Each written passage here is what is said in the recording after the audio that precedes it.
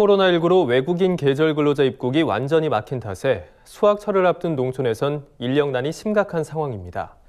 이에 정부가 기존 외국인 근로자의 체류 기간을 연장해 농업 분야 계절 근로를 허가할 계획이라고 밝혔는데요. 농촌 인력난 해소에도 숨통이 트일 전망입니다. 김인경 기자가 보도합니다. 취업 기간이 끝난 외국인 근로자가 농촌에서 계절 근로 활동을 할 수 있는 길이 열립니다.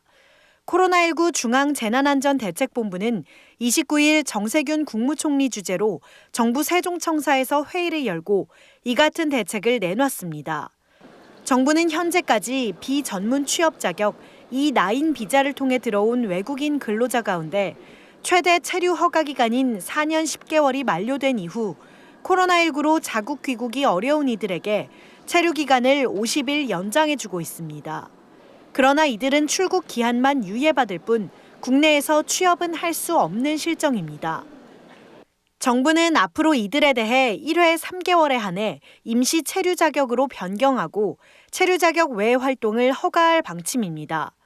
농축산부문 등의 계절 근로 활동을 허가하겠다는 겁니다. 정 총리는 이날 중대본 회의에서 8월 수확철을 앞둔 농촌은 코로나19 여파로 일손이 부족한 실정이라고 강조했습니다.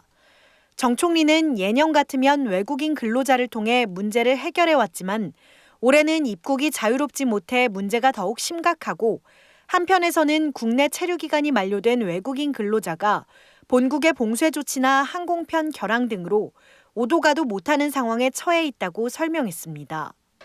취업 기간이 끝났지만 귀국을 할 수 없는 외국인 근로자들은 국내에서 방역과 관리의 사각지대에 놓일 수밖에 없고 농촌에서는 인력난이 심각한 상황인 만큼 관계부처가 머리를 맞대 이 같은 결론을 도출한 겁니다. 다만 이들의 계절 근로는 3개월로 한정되고 기존의 외국인 계절 근로자 하반기 배정을 신청했던 농가들에만 이들 인력이 배정될 전망입니다. 계절 근로는 3개월이 이제 맥시멈이니까 물론 5개월도 있지만은 가을 추수기는 3개월이면 다 끝나기 때문에 한 3개월 정도로 우리 예정하고 있거든요. 과연 농어가에서 얼마나 이제 수요가 있을지 그 수요 조사를 해야 되고 출산하고 있는 한 2,000명 정도 필요하지 않을까. 농림축산식품부는 기존의 농축산업 분야에서 일을 하고 있던 외국인 근로자는 제외하고 다른 산업 분야에 종사하던 인력을 신규로 유치한다는 계획입니다. 농업 분야로 투입되는 외국인 인력을 최대한 늘리기 위해서입니다.